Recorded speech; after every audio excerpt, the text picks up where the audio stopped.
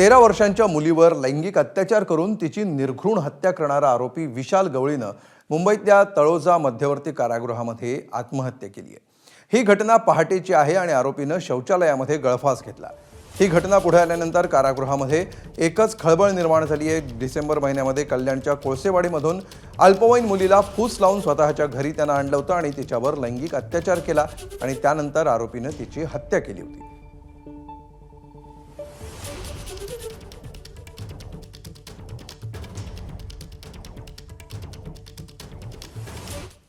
तर विशाल गवळीनं आत्महत्या केलेली नाही, त्याची हत्या केली असावी असा संशय विशाल गवळीचे वकील संजय धनकेंनी व्यक्त केलाय।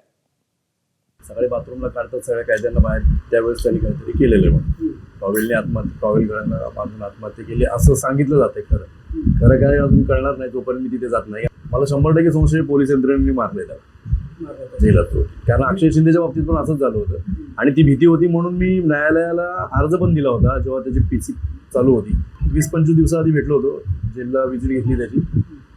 त्याच्यामध्ये त्यांनी सांगितलं होतं की मी काही केलं नाही, मी निर्दोष आहे आणि खूप काही अशी माहिती दिली होती त्यांनी मला, आणि त्यांनीही मला सांगितलं होतं की मला इथे पण धोका आहे। तर विशाल गवळीनं आत्महत्या केली नसून त्याचा मृत्यू संशयास्पद असल्याचा आरोप आरोपी विशाल गवळी याच्या आईनं केलाय। एकदम हट्टा आहे तो, टावेलमध्ये कसा फाशी गेला? रात्री एवढं सर तो जागा होता, मग तो पूजापाठ करीत होता, आंघोळ केली त्यांनी, वापस उपास होता त्याला। आमच्या देवीची पालखी होती ना कालची, मग त्यांनी उपास धरला होता, उपास बोलतो सोडला नाव खेळलं। सकाळी 4 वाजता आंघोळीला गेलं। मग समजा बाकीचं कैदी लोक आहेत बाहेर पोलीसला असताना, मग त्यांना काही थोडा पण आवाज नाही आला, फाशी घ्यायचा तर या पण नाही तिथेशी। आमचं जाऊन आलं आतमध्ये तिथेशी बघून, तर चराला जागा पण नाही आहे, मग त्यांनी कशी फाशी घेतली? मला वाटतं हे राजकारण आहे, हे राजकारणचा हात। मला वाटत नाही माझ्या मुलांनी फाशी घेतली म्हणजे।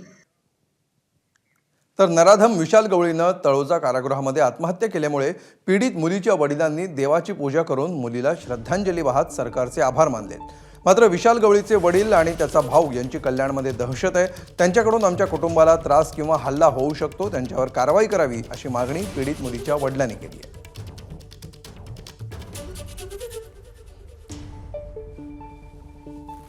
प्रशासन ने बहुत अच्छा काम किया और ये इसको जो हुआ है इसके साथ में ऐसे ही और किसी की बेटी और किसी की लड़की हर एक, और ये सब भगवान का सब इसको दंड है, बाकी और किसी का दोषी नहीं, सब भगवान का दंडित है।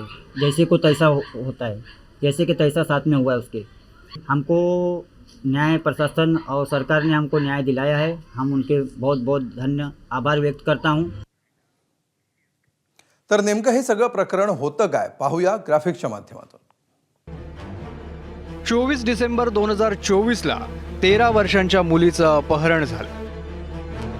या मुलीला फूस लावून आरोपी विशाल गवळीनं आपल्या घरी नेलं। अपहरणानंतर विशाल गवळीनं मुलीवर लैंगिक अत्याचार केले। प्रकरण बाहेर येऊ नये यासाठी मुलीची घरातच हत्या केली। हत्येनंतर मुलीचा मृतदेह बाबगाव परिसरात फेकून दिला। त्यानंतर विशाल गवळी शेगावला पसार झाला। शेगावच्या शिवाजी चौकातल्या एका सलूनमधून त्याला ताब्यात घेण्यात आलं। या प्रकरणात आरोपीच्या पत्नीचीही त्याला साथ असल्याचं समोर आलं। ABP माझा, उघडा डोळे बघा नीट।